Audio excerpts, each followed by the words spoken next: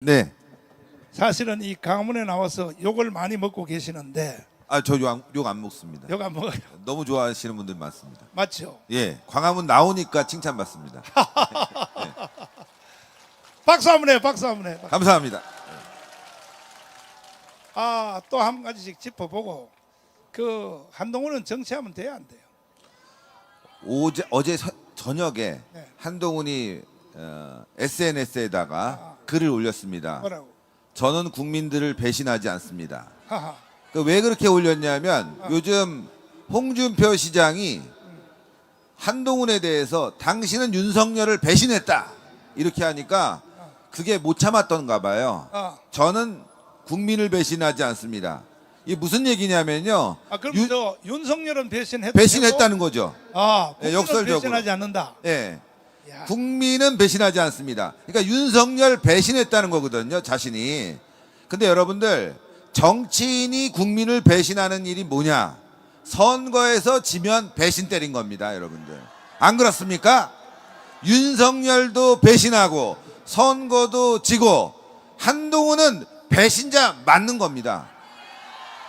이번에 투표 예. 빵표, 한 표, 두 표, 세 표 나온 적이 470개 투표소야. 네. 이거 정상입니까? 완전하게 비정상이고요. 그래서 제가 오늘 자료를 하나 준비했는데 그래요? 이거 하나 띄워줘 보시면은 띄워보세요. 예. 자, 여러분들 이 위에 뭐 별건 아니지만 이 좌우에 보면은 10사람씩 돼 있죠. 4명, 2명, 4명, 2명. 빨간색으로 X표를 친 게 그게 뭐냐? 국민의힘의 비례대표, 국민의힘 플러스 자유통일당 관련해서 비례대표를 포기한 사람의 수치예요. 예, 그러니까 거의 10명 중에 2사람은 포기를 했다는 거예요. 비례대표를. 근데 민주당은 다 투표를 했어요. 그렇구나. 자, 그럼 여기 또 한번 자료가 있는데 재밌는 지역이 있습니다. 저기 수원시 영통구 여기 김준혁이라고 그래갖고 막말해갖고 저희 자유통일당도 엄청나게 가서 싸운 지역입니다.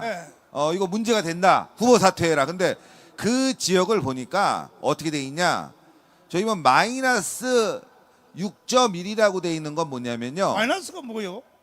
그러니까 10명 중에 100명이라고 계산하면 됩니다. 100명. 100명 중에 6명이 더 민주당하고 조국당을 찍었다는 거예요. 이야. 플러스가 됐다는 거죠. 플러스. 아하. 예. 저기 보면은 국민의힘은 27이죠. 27은 뭐냐면 국민의힘하고 자유통일당을 지지한 사람은 100명 중에 27명이 비례대표 투표를 포기했다 이거예요. 하하. 100명 중에 27명. 예. 그러니까 27%가 포기를 했고 민주당 그리고 조국당은요 100명 중에 100명이 다 투표했고 6명이 더 투표했다는 얘기입니다. 이야. 여러분들 이거 이해가 되십니까? 야. 자, 김준혁 때문에 야 쪽팔리다 창피하다 그래서 민주당 사람들이 투표를 안 할 줄 알았어요. 아하. 그 지역에 이수정이라는 프로파일러 출신의 국민의힘 후보가 될 줄 알았는데 그게 아니라 오히려 더 투표를 했다 이거예요. 전국적으로 보면요 무효표가 한 2,000표 구당 나오는데 여기는 무효표가 4,500표가 나왔습니다. 4,500표. 이야. 그런데 그 무효표 중에서 가장 비율이 높은 게 누구냐? 바로 국민의힘과 자유통일당. 이해가 상식적으로 안 되죠. 오히려 자유통일당이나 국민의힘은 더 나가서 김준혁을 심판하기 위해서 투표를 했을 텐데 이분들은 나가서 무효표를 시키고 민주당은 더 나가서 이런 막말하는 사람을 찍어줬다 이겁니다. 여러분들 이거 상식적으로 이해됩니까? 상식적으로 이해가 안 되잖아요.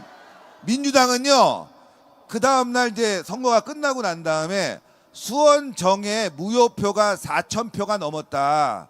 이거 김준혁 후보는 아주 심각하게 받아들여라 이렇게 논평을 냈어요. 그 사람들은 분석을 안 해본 거죠. 당연히 민주당을 찍을 사람들이 많았을 것이니까 그 민주당을 포기한 사람들이 많았을 거니까 그럼에도 불구하고 네가 당선됐다. 자, 너 이거 심각하게 받아들여 라고 얘기했는데 분석을 해보니까 거꾸로예요.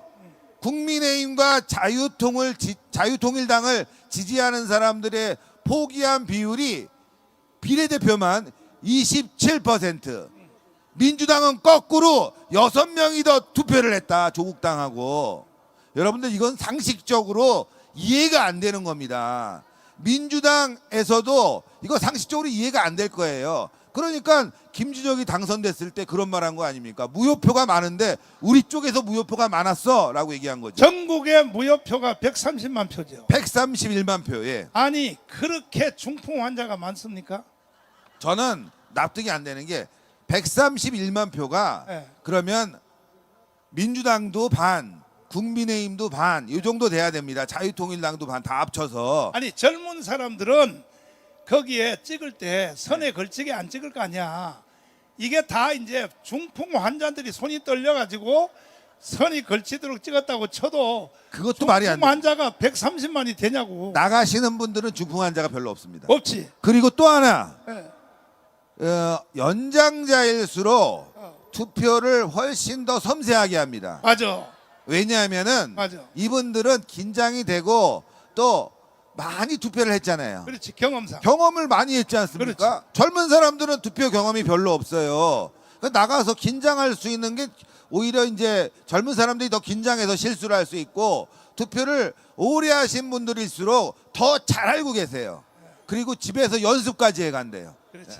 틀리지 않으려고. 그렇지. 그러니까 오히려 연장자가 무효표가 많다는 건 이거 거짓말이고요. 젊은 사람들일수록 실수하는 표가 많다. 이게 정답입니다, 여러분들. 130만 표가 넘었는데 참. 그 표가 반반이다. 국민의힘도 반이고 민주당도 반이다. 그럼 이해가 되는데 그게 아니라 좀 전처럼 오히려 국민의힘의 사표가 훨씬 더 많은 비중을 차지하고 있다.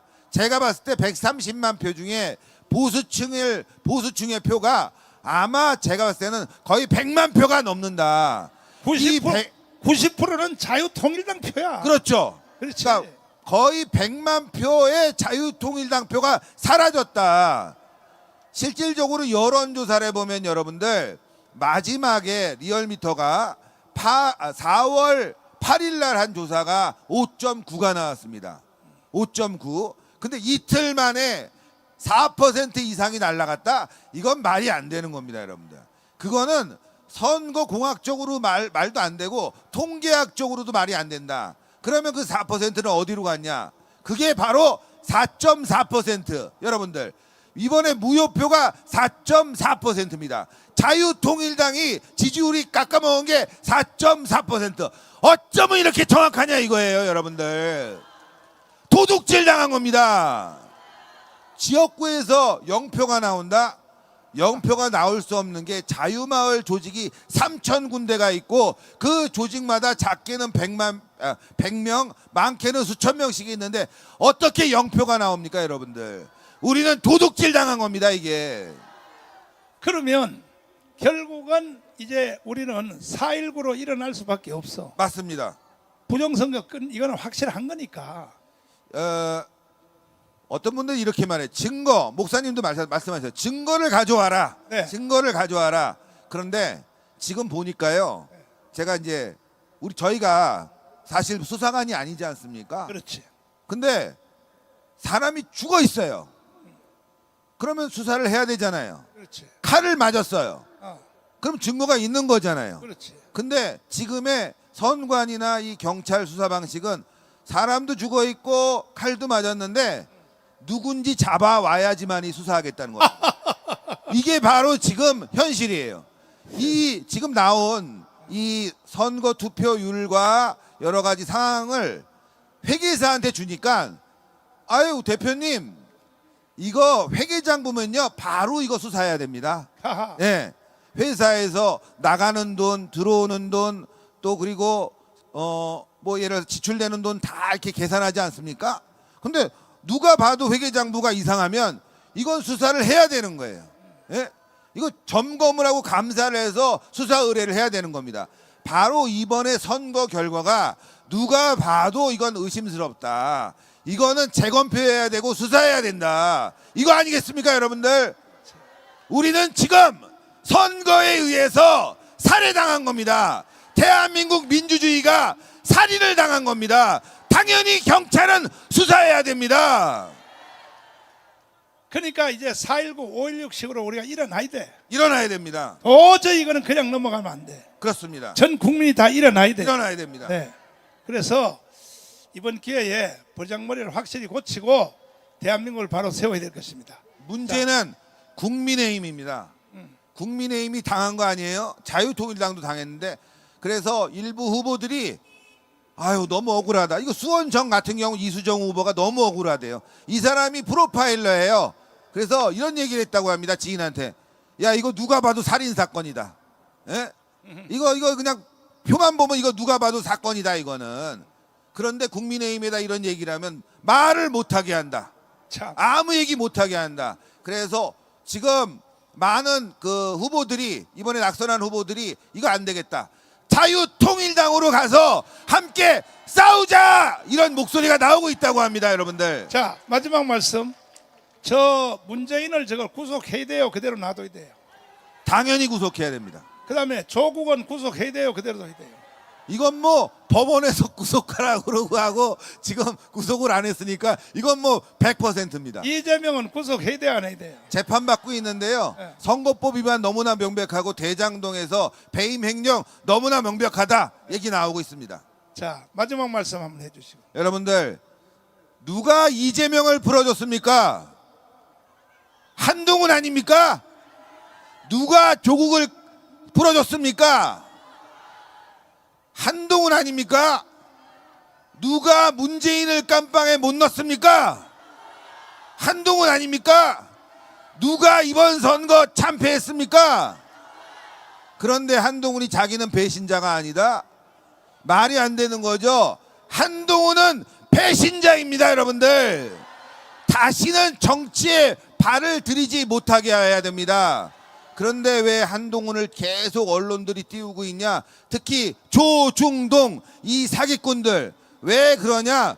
바로 한동훈을 불러와서 대통령 탄핵으로 들어가려고 하는 겁니다.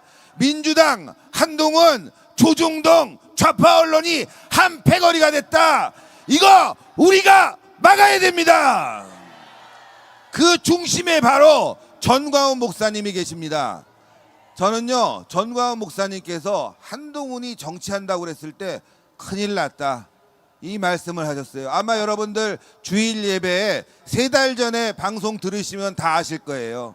다들 한동훈 잘한다, 비대위원 잘 뽑았다 했을 때 목사님이 큰일 났다 이렇게 말씀하셨잖아요. 그거 왜 그러겠어요? 지금의 이 상황을 똑똑히 목도하신 겁니다. 선지자이시기 때문에. 우리 이제 목사님 중심으로 싸워 나갑시다. 감사합니다. 박수하겠습니다.